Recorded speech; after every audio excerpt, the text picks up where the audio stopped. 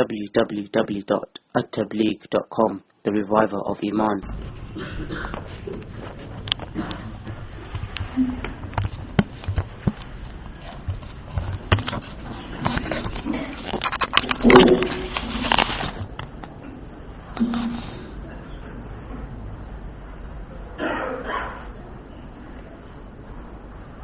أعوذ بالله من الشيطان الرجيم. بسم الله الرحمن الرحيم. واتبعوا ما تتلو الشياطين على ملك سليمان وما كفر سليمان ولكن الشياطين كفروا يعلمون الناس السحر وما أنزل على الملكين ببابل هاروت وماروت وما يعلمان من أحد حتى يقولا إنما نحن فتنة فلا تكفر ويتعلمون منهما ما يفرقون به بين المرء وزوجه وما هم بضارين به من أحد إلا بإذن الله ويتعلمون ما يضرهم ولا ينفعهم وَلَقَدْ عَلِمُوا لَمَنِ اشْتَرَاهُ مَا لَهُ فِي الْآخِرَةِ مِنْ خَلَاقٍ وَلَبِئْسَ مَا شَرَوْا بِهِ أَنفُسَهُمْ لَوْ كَانُوا يَعْلَمُونَ. صدق اللہ العظیم. یہود کی مسلسل سازشوں کا بیان ہے اور محمد ابن جریر نے لکھا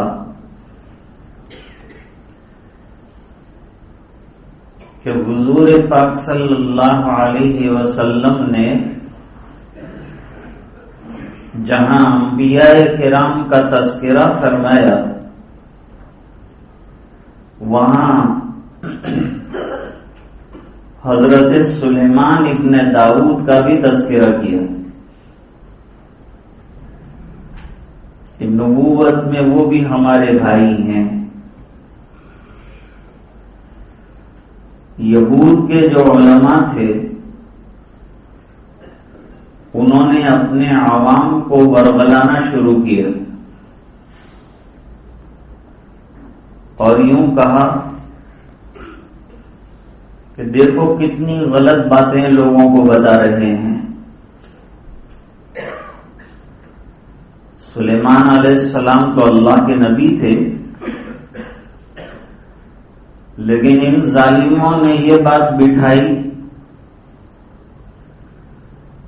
کہ سلیمان ساحر تھے، جادوگر تھے اور یہ ان کو نبی کہتے ہیں. تو اللہ تعالیٰ نے جو حقیقت تھی اس سے پردہ اٹھایا اور حقیقت کو واضح کیا کہ یہ جادو کا سلسلہ چلا کیسے اور حضرت سلیمان علیہ السلام کون تھے. یہ حقیقت کو بیان کیا ہے اس رکوع میں. حضرت داؤد علیہ السلام کے صاحبزادے ہیں جو خود نبی تھے، حضرت سلیمان علیہ السلام. اور یہود میں پہلے سے جادو وغیرہ کا بڑا زور تھا. آج بھی یہود کا جادو جو ہے وہ مانا جاتا ہے. یہاں تک کہ حضور پاک صلی اللہ علیہ وسلم پر بھی یہود ہی نے جادو کیا تھا. تو یہ زمانہ جادو ٹونے کا زیادہ زور والا تھا. حضرت سلیمان علیہ السلام نے جادو کی لائن کی جتنی کتابیں تھیں اور جتنے ان کے پاس دستاویز اور کاغذات تھے وہ تمام حکومتی سطح پر ضبط کر لیے اور ضبط کر کے اپنے تخت کے نیچے اس کو دفن کروا دیا تاکہ نہ یہ پلندے باہر آئیں نہ لوگ جادو وغیرہ کر کے ایک دوسرے کو نقصان پہنچائیں. تو اس وقت تو معاملہ قابو میں آ گیا. لیکن حضرت سلیمان علیہ السلام کے انتقال کے بعد پھر شیاطین نے سر اٹھایا. جادو کا کام اصل میں شیاطین کا ہوتا ہے. شیاطین کو خوش کرنے والی باتیں اور افسون اور منتر پڑے جاتے ہیں اور اللہ کو ناراض کرنے والی باتیں پڑھی جاتی. تو وہ شیاطین نے لوگوں کے دماغ میں بات بٹھائی. وہ بات یہ بٹھائی کہ تم جانتے ہو سلیمان علیہ السلام نے اتنی لمبی تمہارے اوپر حکومت کی، جنات پر حکومت کی، ہوائیں مسخر تھیں، یہ سب کیسے کیا تھا انہوں نے؟ ان کے پاس کیا تھا ایسا؟ سب کو کنٹرول میں رکھ دیا تھا؟ کیا تھا ان کے پاس؟ اور پھر کہا کہ وہ جادو کے زور پر حکومت کرتے تھے. لوگوں نے پوچھا کہ جادو کہاں تھا ان کا؟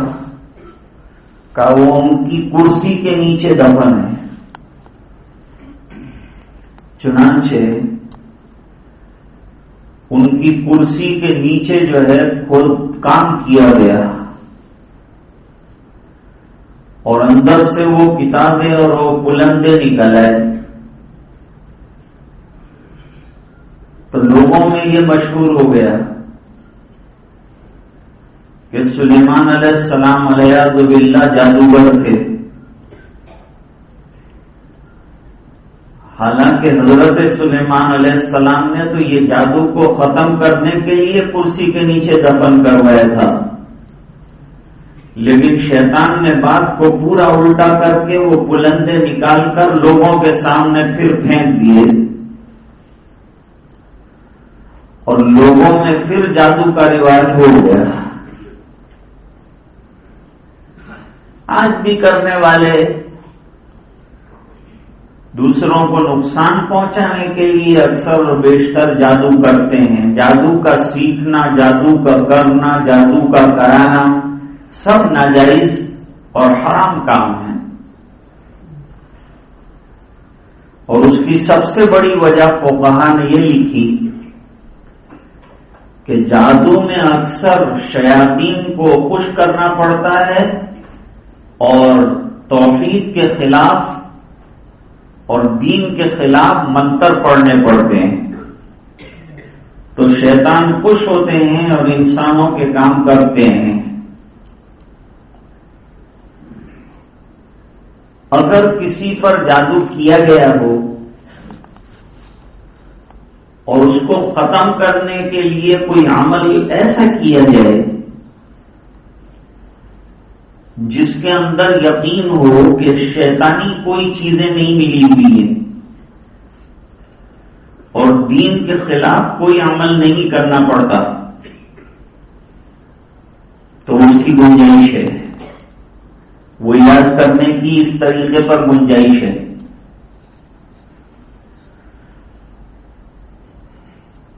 اور مقصد کسی کو نقصان پہنچانا نہ ہو، بلکہ جو نقصان جادو سے پہنچ گیا ہو اسے دور کرنا ہو۔ اللہ تعالیٰ نے لوگوں کی تنبیہ کے لیے اور ان کو سمجھانے کے لیے کہ یہ جادو جو ہے یہ مناسب چیز نہیں ہے۔ جادو میں کیا کیا جاتا ہے؟ قرآن کریم کہتا ہے یفرقون به بین المرء وزوجہ، جادو کے ذریعے سے رشتوں میں توڑ پیدا کرتے ہیں، میاں بیوی میں جھگڑے ڈالتے ہیں، دوستوں کے اندر پھوٹ ڈالتے ہیں۔ روزی تو اللہ کے ہاتھ میں ہے، لیکن اس کے لیے بھی لوگ کوشش کرتے ہیں کہ روزی پر گرفت آ جائے۔ دماغ پر تخیل کا ایک غلبہ پیدا کر دیتے ہیں، آنکھوں پر وزن ڈال دیتے ہیں، سب اثرات ہوتے ہیں۔ یہ جادو کے اثرات معلوم کرنے کے طریقے ہوتے ہیں، تو یہ بری چیز ہے۔ اللہ تعالیٰ نے مقام بابل میں، یہ کلدانیوں کا دارالسلطنت ہے اور حضرت ابراہیم علیہ السلام پہلے یہیں تھے بابل میں، وہاں اللہ تعالیٰ نے 2 فرشتے اتارے اور یہ فرشتے برائے آزمائش آئے تھے۔ ان کا کام یہ تھا کہ لوگوں کو جادو کی حقیقت سمجھائیں کہ جادو سے کیا کرتے ہیں، جادو سے کیا ہوتا ہے، اور جن کو سیکھنا ہوتا تھا ان کے ساتھ شرطیں لگاتے تھے کہ جادو امتحان کی چیز ہے، کسی کو نقصان نہیں پہنچانا، سیکھنا ہو تو سیکھنے کے لیے سیکھ لو، لیکن ہے یہ نقصان دہ چیز، یہ ایمان لیوا چیز ہے، لہذا اس سے بچتے رہو۔ اس کی تعلیم اور اس کی خرابیاں بیان کرتے تھے ہاروت اور ماروت، 2 فرشتے تھے۔ اس کے پیچھے اور بھی مفسرین نے لمبی لمبی تقریریں نقل کی ہیں، مناسب نہیں ہے اس کا بیان کرنا۔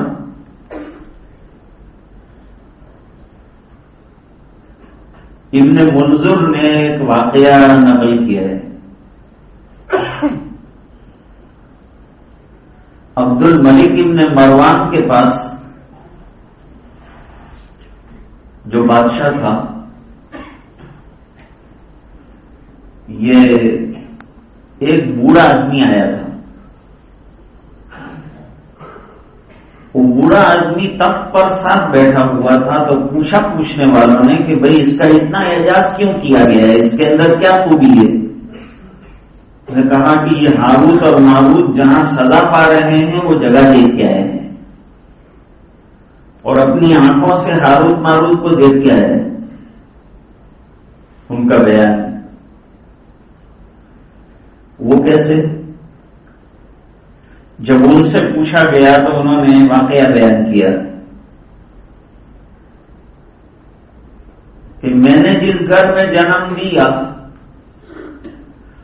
وہ گھر بڑا مالدار تھا، میرے باپ کے پاس بے شمار پیسہ تھا، دولت بے شمار تھی۔ پھر میرا باپ انتقال کر گیا، اس کے باوجود پیسوں کی کمی نہیں ہوئی۔ میری ماں مجھے بہت ہی وسعت کے ساتھ پیسہ دے دی تھی، تو میں نے میری ماں سے پوچھا کہ ماں اتنا پیسہ اپنے پاس آیا کہاں سے؟ تو کہا تیرے ابا کے پاس تھا یہ پیسہ، اور مکان میں 3-4 کمرے تھے، وہ بتائے کہ یہ سب دولت سے بھرے ہوئے ہیں، تو کتنا بھی خرچ کرے گا لیکن یہ پیسہ کم نہیں ہوگا۔ اچھی بات، میرے باپ نے یہ پیسہ کمایا کیسے؟ تو کہا ان کو جادو آتا تھا، اور وہ جادو کے ذریعے سے لوگوں کا علاج کرتے تھے اور لوگ ان کو پیسہ دیتے تھے، اس بنا پر یہ اتنا پیسہ جمع ہو گیا۔ تو میرے باپ نے کسی اور کو بھی سکھایا ہوگا نا جادو، اور بھی شاگرد ہوں گے ان کے؟ جواب دیا ہاں ہیں۔ تو لڑکا تلاش میں نکلا اور اس نے اپنے باپ کے شاگردوں کو ڈھونڈ نکالا۔ ایک شاگرد ملا، اس نے کہا بڑی خطرناک چیز ہے، اس میں نہ پڑھو تو اچھا ہے۔ اس نے ضد کی کہ نہیں، مجھے یہ سیکھنا ہی ہے، جس سے میرے باپ نے اتنی دولت کمائی، میں تو سیکھنا ہی چاہتا ہوں۔ کہا کل میرے ساتھ چلنا۔ ایک پہاڑ میں گئے، پہاڑ میں ایک غار تھی، وہ غار میں گئے۔ غار میں جانے کے بعد 300 سیڑھیاں کنویں کے اندر اترے۔ وہاں کنویں کے اندر جو ہے 2 آدمی لٹک رہے تھے، جن کے نیچے آگ جل رہی تھی، دھواں اٹھ رہا تھا، وہ سخت تکلیف میں تھے۔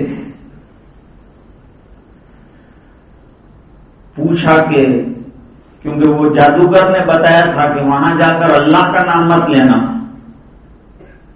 ورنہ تم کو یہ عمل نہیں آئے گا۔ جو اللہ کا نام لے لیتا ہے، کلمہ پڑھ لیتا ہے، اس سے یہ عمل چھین جاتا ہے۔ وہ گئے وہاں، دیکھ کر بہت زیادہ گھبراہٹ طاری ہو گئی، تو زبان پر لا الہ الا اللہ جاری ہو گیا۔ ہاروت ماروت بھی پریشان ہوئے جو وہاں لڑکے ہوئے تھے، کیونکہ مفسرین کہتے ہیں جو روایات، اسرائیلی روایات جو ذکر کی گئی ہے، اس میں یہ کہ ان سے غلطی سازی ہوئی تھی، جس کے نتیجے میں ہاروت اور ماروت کو دنیا میں جو ہے وہ سزا ملے گی قیامت تک۔ پھر وہ ہاروت ماروت نے پوچھا کہ تو کون ہے؟ میں نے اپنا نام اور پتہ بتایا۔ انہوں نے پوچھا کہ محمد عربی آ گئے؟ کہاں آ گئے، میں ان کا پیرو ہوں۔ انہوں نے چند علامتیں پوچھی، اور علامتوں میں بعض علامتوں پر ناراض ہوئے، بعض پر خوش ہوئے۔ جس میں قیامت کا قریب ہونا بتایا، اس میں خوش ہوئے۔ پوچھا کہ اس پر خوش کیوں ہوتے ہیں آپ؟ جواب دیا کہ جس دن قیامت آئے گی، عذاب ہمارا ختم ہو جائے گا، پھر جنت میں ہم کو پہنچا دیا جائے گا۔ یہ واقعہ ذکر کیا ہے، تو وہ دیکھ کے آیا تھا کہ وہ سزا پا رہے ہیں۔ اب یہ حقیقت کہاں تک ہے، اس کی سندیں اور اس کے روات کے اندر کلام کیا گیا ہے۔ مختصر بات یہ ہے کہ لوگوں کی آزمائش اور امتحان کے لیے اللہ تعالیٰ نے یہ 2 ملک یعنی فرشتے بھیجے تھے۔ ماں کو بعض لوگوں نے نافیہ بھی مانا ہے، اور بعض لوگوں نے ملکہ نے کا بھی مانا نکالا ہے، لیکن راجح قول مفسرین کا یہ ہے کہ یہ 2 فرشتے انسانوں کی آزمائش کے لیے جادو سکھاتے تھے، اور اس کی برائیاں بیان کرتے تھے، اس کی خرابیوں کو لوگوں کے سامنے بیان کرتے تھے۔ ورنہ حضرت سلیمان علیہ السلام نہ جادو کرتے تھے نہ جادوگر تھے۔ تو یہاں کیوں لائے یہ واقعے کو؟ سوال پیدا ہوتا ہے۔ قول اس بنا پر لائے کہ یہود جہاں بیتوکی باتیں حضور پاک صلی اللہ علیہ وسلم پر بطور الزام کے لگاتے تھے، ان میں سے ایک بات یہ بھی تھی کہ تمہارے نبی سلیمان ابن داؤد کو نبی کہتے ہیں، حالانکہ وہ جادوگر تھے۔ اللہ تعالیٰ نے پورا رکوع اتارا، جادو کی حقیقت سے پردہ بھی ہٹایا، اور حضرت سلیمان علیہ السلام جادوگر نہیں تھے بلکہ نبی تھے، اللہ کے فرستادہ تھے، یہ بھی بتایا۔ یہاں اسی پر پورا رکوع ہے۔ جادو کا کام کیا ہوتا ہے؟ اگر اچھے ارادے سے کوئی آدمی دوسرے کی تکلیف کو دور کرنا چاہتا ہے تو گنجائش، ورنہ یہ اچھا نہیں ہے اور حرام ہے۔ آج بھی بہت سے لوگ جو ہیں غلط لوگوں کے پاس جاتے ہیں اور جادو ٹونا، اور کبھی تو جادو نہیں بھی ہوتا ہے، لیکن جو عاملین ہوتے ہیں ان کو چونکہ اپنا کاروبار چلانا ہے تعویذ گنڈوں کا، اس بنا پر وہ دوسروں کے اوپر الزام لگا دیتے ہیں کہ تمہارے اوپر کیا گیا ہے۔ کیا کیا گیا ہے ان کو خود بھی پتہ نہیں ہوتا، لیکن بس وہ بات کہہ دیتے ہیں کہ تمہارے اوپر جادو کیا گیا ہے اور تم کو یوں ستایا گیا ہے، یوں پریشان کیا۔ اور کبھی ایسا ہوتا ہے کہ رشتہ داروں کے نام بھی بتا دیتے ہیں، لیے دیے بغیر رشتہ داروں کے ساتھ جھگڑے شروع ہو جاتے ہیں۔ دل کے اندر جو ہے ان کے یہ بات بیٹھ جاتی ہے کہ بھئی یہ ہمارے فلاں رشتہ دار جو ہیں انہوں نے ہمارے اوپر جادو کیا ہے۔ فقہاء نے لکھا کہ اگر کسی کے جادو کے نتیجے میں کوئی آدمی مر جائے تو جادوگر کو قتل کر سکتے ہیں، لیکن اس کے لیے دلائل فراہم ہونے چاہیے، اس کے لیے ثبوت چاہیے، ثبوت مل نہیں سکتا ہے۔ اور اگر کسی کو نقصان پہنچایا ہے تو اتنی مقدار میں جادوگر کو نقصان پہنچایا جا سکتا ہے، لیکن دلیل چاہیے، اور دلیل اس میں ملتی نہیں ہے۔ یہ چیز نظر آنے والی ہے، یہ انسین چیز ہے، اور ظاہری بات ہے کہ جب نظر نہیں آتی تو کیسے کسی کے اوپر فیصلہ کر سکتے ہیں اور الزام لگا سکتے ہیں۔ حضور پاک صلی اللہ علیہ وسلم پر بھی لبید ابن عاصم کی بیٹیوں نے جادو کیا تھا، اور اس کا اثر حضور پاک صلی اللہ علیہ وسلم محسوس فرماتے تھے۔ اور وہ اثر کیا تھا؟ کبھی کوئی کام کر لیا ہوتا تھا لیکن آپ کے ذہن میں یہ بیٹھتا تھا کہ میں نے یہ کام نہیں کیا ہے، ذہن پر ایک اثر تھا۔ اور کبھی کوئی کام نہیں کیا ہوتا تھا اور یہ خیال آتا تھا کہ میں نے یہ کام کر لیا ہے، تو دماغ پر ایک بوجھ تھا۔ اللہ تعالیٰ نے 2 صورتیں اتاری، قل اعوذ برب الفلق اور قل اعوذ برب الناس۔ لوگ اس کو بہت معمولی سمجھتے ہیں، حالانکہ یہ جادو کا علاج ہے۔ سرکار پر جب یہ آیتیں اتری تو آپ گئے اور بیر زی اروان ایک جگہ ہے، وہاں کنواں تھا، وہ کنویں کو کھدوایا، پانی اس کا مہندی کی طرح لال ہو گیا تھا۔ وہ کھدوا کر ان میں سے نر شگوفے میں کنگھی کے اندر بانوں کو لپیٹ کر کیا گیا تھا سرکار پر جاؤ۔ تو سرکار وہ گرہیں جو لگی تھی اس پر ایک ایک آیت پڑھتے تھے، گرہ کھلتی جاتی تھی، ایسے ایسے آپ کے اوپر جو بوجھ تھا وہ کم ہوتا جاتا تھا۔ حضور کے اخلاق دیکھیے، پتہ بھی چل گیا، وحی کی روشنی میں اطلاع بھی ہو گئی کہ کس نے جادو کیا ہے۔ تو حضرت عائشہ رضی اللہ تعالی عنہا نے کہا ان سے انتقام لیا جائے، جنہوں نے آپ پر جادو کیا ہے ان کو سزا دی جائے۔ نبی کریم صلی اللہ علیہ وسلم کے اخلاق دیکھیے، آپ نے فرمایا جب اللہ تعالیٰ نے مجھے بری فرما دیا اور مجھے اس سے راحت فرما دی تو میں نے ان کو معاف کر دیا۔ تو اتنا بڑا کام کہ کئی مہینوں تک سرکار تکلیف میں رہے، اور خواب میں بتایا گیا کہ کہاں لے جا کر کے یہ جادو کا کام چھپایا گیا ہے اور کہاں دفن کیا گیا ہے وہ بھی بتایا گیا۔ اس کے مطابق آپ تشریف لے گئے، وہ تمام چیزیں وہاں جو ہے مل گئی۔ بہرحال یہاں ایک بات کھل کر سامنے آئی کہ جادو بری چیز ہے، اور دشمنی میں دوسروں کو تکلیف پہنچانے کے لیے اور نقصان پہنچانے کے لیے اس کا کرنا ناجائز اور حرام ہے۔ اللہ تعالیٰ ان تمام چیزوں سے ہماری حفاظت فرمائے۔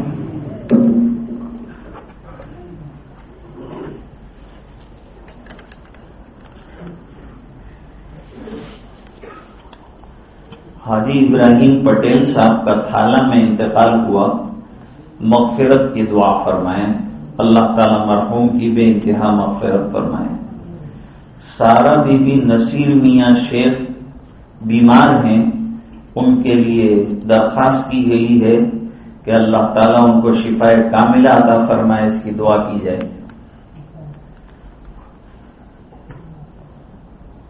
اور حضرت قاری احمد علی صاحب دامت برکاتہم کی والدہ بہت زیادہ بیمار ہیں، اور ان کے لیے بھی دعا کے واسطے درخواست کی گئی ہے۔ اللہ تعالیٰ ان کو بھی شفاء کاملہ عاجلہ دائمہ نصیب فرمائے۔ اور ہمارے حضرت حکیم عبد الحکیم صاحب چیشی والے، وہ بھی بہت زیادہ بیمار ہیں، تو ان کے لیے بھی دعا فرمائیں کہ اللہ تعالیٰ ان کو بھی شفاء کاملہ عاجلہ مستمرہ دائمہ نصیب فرمائے۔ اللہم صلی علی سیدنا محمد وعلی آل سیدنا محمد وبارک وسلم۔ ربنا آتنا فی الدنیا حسنہ وفی الآخرۃ حسنۃ وقنا عذاب النار وقنا عذاب القبر وقنا عذاب الحشر وقنا عذاب الفقر وقنا عذاب الدین واحشرنا یوم القیامۃ مع الابرار۔ ربنا لا تزغ قلوبنا بعد إذ هديتنا وهب لنا من لدنك رحمة إنك أنت الوهاب۔ ربنا اغفر لنا ذنوبنا وإسرافنا في أمرنا وثبت أقدامنا وانصرنا على القوم الكافرين۔ اللهم اشف أعلالنا وأسقامنا، اللهم اشف مرضانا ومرضى المسلمين وارحم موتانا وموتى المسلمين، اللهم اغفر لهم وارحمهم وسكنهم في الجنة، اللهم اجعل قبورهم روضة من رياض الجنة، اللهم اغفر لهم مغفرة تامة وارحمهم رحمة عامة۔